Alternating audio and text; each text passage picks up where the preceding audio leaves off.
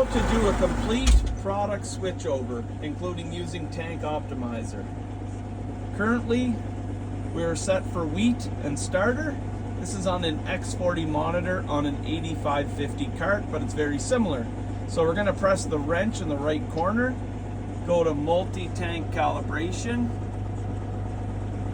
Tank Optimizer. This customer's already loaded in that we were going to do wheat and starter. This is what we want with our rates assigned to multiple meters, split rate yes. Press the yellow button, over. Now this is your Tank Optimizer screen. This will give you the maximum amount of acres per fill, theoretically, going off of what it thinks the tank can hold. The configuration the customer wants to use is the next one over. Every tank is partially splitting rate, so we're going to apply that. Press OK. Do you want to apply this configuration? Yes. So now we're going to prepare for a calibration. So once again, we're going to go, we'll start right from there, for a calibration, wrench on the right side, multi-tank calibration, stationary calibration, letting you know you're starting a calibration, press over. Now here's our tanks. We're set up in the cab. We're going to go back to the cart and continue on. Now we're back out at the cart.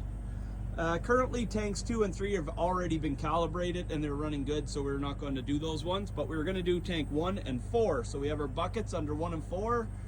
We'll press tank 1, tank 4, and now we're going to prime so that we have good product coming out. Now you press the play, which correlates to your master switch.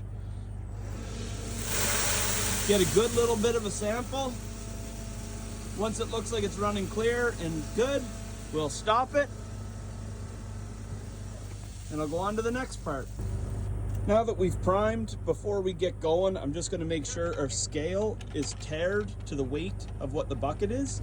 These factory Bourgault buckets are 2.9 pounds, and you can see that that's in there already. So now we're primed up, we've made sure our scale is set, our pails are empty there. We're going to start our calibration.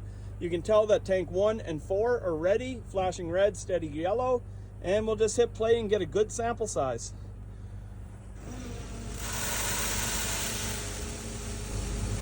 Once we get a good sample size, we shut off our tank with the master switch, and then I also shut off each tank on the pin pad. Now that we have our sample size, the scale is turned on, we're just going to weigh our pails and get our weights.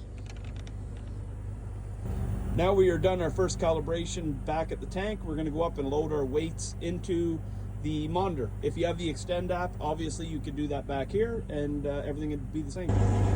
Now we're back in the tractor cab, we're going to press over. We're going to look at our weights and we're going to load in what we got. Now we've loaded our weights in, press over. This is a very important part here. Currently it says not saved. You need that to say saved. So you can either hit save all, or you can hit each one individually, hit OK. Calibration's done. If you had a large rate error or anything, go back and do the same procedure again. Thanks. Now we are done the calibration. This is the most important part to remember. Put your hoses back into your runs. Otherwise you get a fat stream down the field and nobody likes that.